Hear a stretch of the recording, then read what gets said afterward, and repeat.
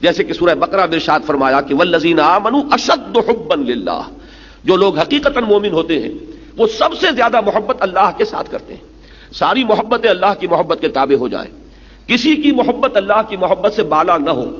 بلکہ بالا ہونا تو ایک زیادہ بڑی حقیقت ہو جائے گی، کسی کی محبت بھی اللہ کی محبت کے برابر نہ آ جائے، یہی شرک ہے۔ تمہارا جو یہ سنگھاسن ہے دل کا، اس پر سب سے بالا محبت جو ہے وہ اللہ کی رہے، باقی محبتیں تابع ہو جائیں، تو یہ تو ہوگا توحید فی المحبت۔ اور اگر کسی اور کی محبت برابر آ گئی تو اس کے معنی ہو گئے کہ یہ شرک ہے فی المحبت۔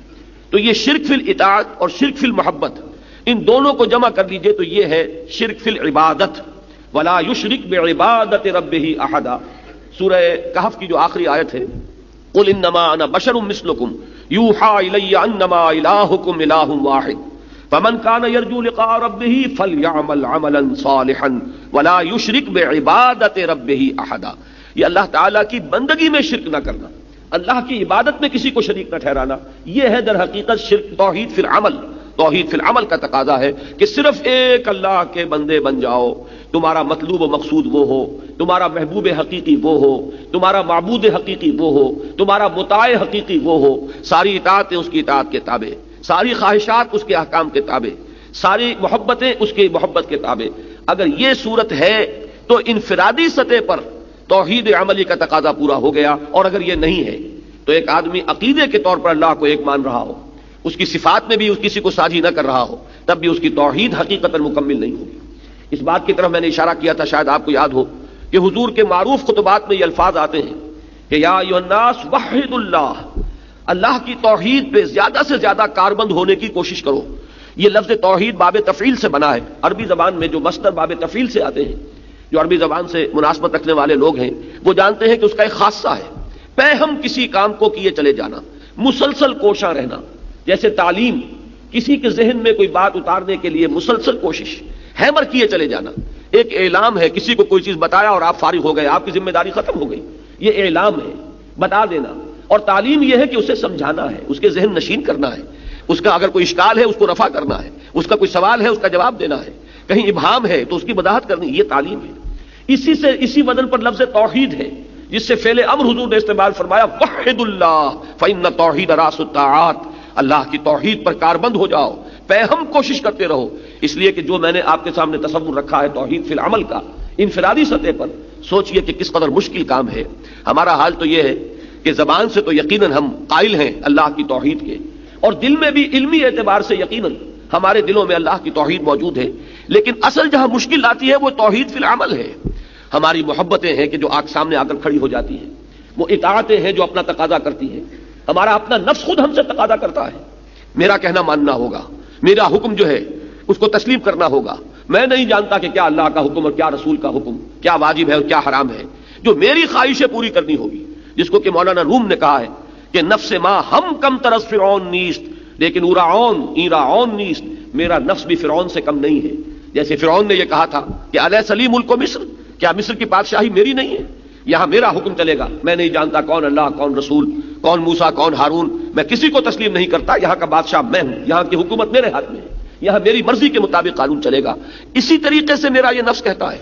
کہ میں نہیں جانتا کیا حلال، کیا حرام، کیا جائز، کیا ناجائز، کیا اللہ کا حکم، کیا رسول کا فرمان، میری جو خواہش ہے وہ پوری کرنی ہوگی۔ اب اگر ہم دست بستہ اپنے نفس کے حضور میں کھڑے رہیں،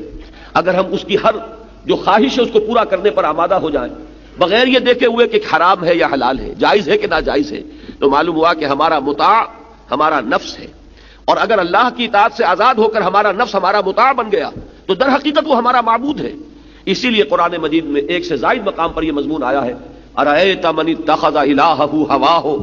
کیا آپ نے دیکھا اس شخص کو جس نے اپنی خواہش نفس کو اپنا معبود بنا لیا ہے۔ یہاں لفظ الہ آیا ہے، وہی کہ جو ہمارے کلمہ طیبہ میں اور کلمہ شہادت میں جو اہم ترین لفظ ہے لا الہ الا اللہ، نہیں ہے کوئی الہ سوائے اللہ کے۔ اس آیت نے فرمایا ارأیت من اتخذ الہہ ہواہ، کیا تم نے دیکھا جس نے اپنا الہ بنایا ہوا ہے اپنی خواہش نفس کو، کہہ رہا ہے زبان سے لا الہ الا اللہ، اور ہو سکتا ہے کہ اس کی تکرار کر رہا ہو، اس کی تسبیح کر رہا ہو، ہزار دانے کی تسبیح لے کر بیٹھا ہوا ہو، لیکن جیسے ہی نفس کا کوئی تقاضا اندر سے ابھرے اور یہ اس کے سامنے ہم تن اطاعت بن جائے تو معلوم ہوا کہ در حقیقت اس کا معبود کہہ رہا ہے لا الہ الا اللہ، حقیقت میں اس کا معبود اس کا نفس ہے۔ اسی طریقے سے محبت کا معاملہ ہے، حضور صلی اللہ علیہ وسلم نے اتنا واضح کر دیا ایک فرمان میں، آپ نے فرمایا تعس عبد الدینار و عبد الدرہم، ہلاک ہو گیا یا ہلاک ہو جائے درہم و دینار کا بندہ۔ عربی زبان میں فعل ماضی جو ہے وہ انشاء کے لیے بھی آتا ہے، تمنا یا آرزو یا دعا یا بد دعا، تو اس اعتبار سے ترجمے اس کے دو ہوں گے، ہلاک ہو گیا یا ہلاک ہو جائے۔ ہلاک ہو جائے کے اعتبار سے یہ بد دعا بن جائے گی، ہلاک ہو گیا اس کے اعتبار سے خبر بنے گی۔ دونوں اعتبار سے اپنے ذہن میں رکھتے ہوئے ذرا دیکھیے کس کے بارے میں حضور نے یہ فرمایا کہ ہلاک ہو گیا یا ہلاک ہو جائے؟ کون؟ جو درہم و دینار کا بندہ ہے۔ یہاں لفظ عبد استعمال کیا کہ کہنے کو نام عبد الرحمن ہے، حقیقت میں عبد الدینار ہے، اس لیے کہ دولت کی محبت، پیسے کی محبت، روپے پیسے کی محبت، درہم و دینار کی محبت اتنی اس کے دل میں ہے کہ وہ اس محبت کی وجہ سے اللہ کے حکم کو ٹھکرا دیتا ہے، جائز و ناجائز کی حدود کو پامال کرتا ہے، صحیح و غلط کی تمیز ختم کر دیتا ہے۔ کس وجہ سے؟ کہ مال محبوب ہے۔ معلوم ہوا کہ مال کی محبت اس کے دل میں اللہ کی محبت سے بالا تر ہو گئی۔ یہی تو شرک ہے۔ بتوں سے تجھ کو امید ہے، خدا سے نومیدی، مجھے بتا تو صحیح اور کافری کیا ہے۔ شرک کی اصل حقیقت یہ ہے۔ تو یہ ہے شرک فی العمل،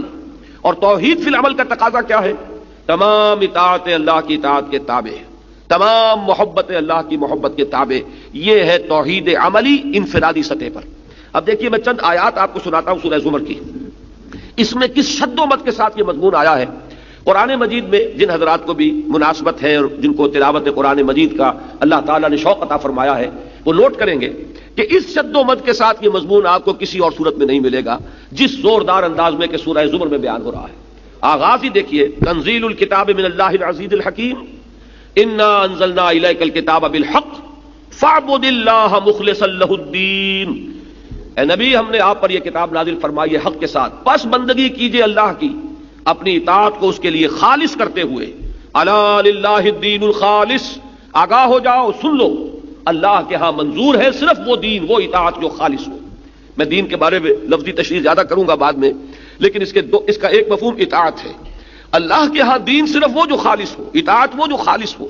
یکسو ہو کر، یہ نہیں کہ کچھ اطاعت اپنے نفس کی، کچھ اطاعت اللہ کی، کچھ اطاعت رواج کی، کچھ اطاعت جو ہے زمانے کے چلن کی۔ یہ اتنی اطاعتیں اگر جمع ہو گئیں، اگر تو وہ ساری چیزیں اللہ کی اطاعت کے تابع رہیں تو وہ ایک ہی ہے، لیکن اگر یہ اطاعتیں اللہ کی اطاعت سے آزاد ہو کر آپ کی زندگی میں آ گئیں تو یہ دو رنگی اور سہ رنگی اور چورنگی اور پچ رنگی اطاعت جو ہے وہ اللہ کے ہاں قبول نہیں ہے۔ الا للہ الدین الخالص، آگاہ ہو جاؤ کہ اللہ کو تو مقبول ہے صرف وہ اطاعت جو پوری خالص اسی کے لیے۔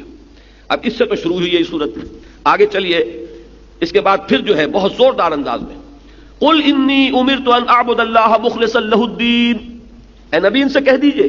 مجھے تو یہ حکم ہوا ہے کہ میں صرف اللہ کی بندگی کروں، اس کے لیے اپنی اطاعت کو خالص کرتے ہوئے۔ وَأُمِرْتُ لِأَنْ أَكُونَ أَوَّلَ الْمُسْلِمِينَ، اور مجھے یہ حکم ہوا ہے کہ سب سے پہلے فرما برداری کی روش میں خود اختیار کروں۔ جس اسلام کی میں تمہیں دعوت دے رہا ہوں، اللہ کے سامنے گردن جھکا دینے کی جو دعوت لے کر میں کھڑا ہوا ہوں، تو مجھے اللہ نے حکم دیا ہے کہ سب سے پہلے اس معیار پر میں خود پورا اتر کر دکھاؤں۔ قُلْ إِنِّي أَخَافُ إِنْ عَصَيْتُ رَبِّي عَذَابَ يَوْمٍ عَظِيمٍ، اے نبی ان سے کہہ دیجئے کہ خود مجھے اندیشہ ہے اس بڑے دن کے عذاب کا اگر میں نے اللہ کے حکم کی نافرمانی کی۔ یعنی میں بھی ایگزمپٹ نہیں ہوں، میں بھی اللہ تعالیٰ کے اس قانون کا، اللہ کے احکام کا اسی طرح پابند ہوں جس طریقے سے کہ کوئی دوسرا شخص پابند ہے، اور اگر میں اس کی خلاف ورزی کروں، یعنی بالفرض کہنا چاہیے ہمیں، یہاں تو چونکہ اللہ تعالیٰ کا ایک پرجلال انداز کلام ہے، یہاں وہ لفظ بالفرض وغیرہ نہیں ہے، لیکن چونکہ خطاب واحد کے صیغے سے براہ راست حضور کے ساتھ ہو رہا ہے، لہذا ہمیں ترجمہ کرتے ہوئے بریکٹ میں بالفرض کا لفظ جو ہے بڑھانا ہوگا کہ اے نبی ان سے کہہ دیجئے کہ اگر بالفرض میں بھی اللہ کے احکام کی خلاف ورزی کروں تو میں بھی مستثنا نہیں ہوں، بلکہ مجھے بھی اللہ تعالیٰ کے عذاب کا اور اس بڑے دن کے عذاب کا اندیشہ ہے۔ آگے سنیے، قل اللہ اعبد مخلصا لہ دینی،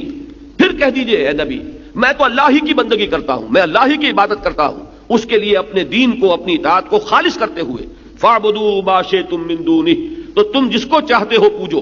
اس کے سوا جس کی چاہو بندگی کرو۔ اگر تم اس ایک خدا واحد کی بندگی کی طرف نہیں آنا چاہتے تو تمہارا راستہ اور ہے، میرا راستہ اور ہے۔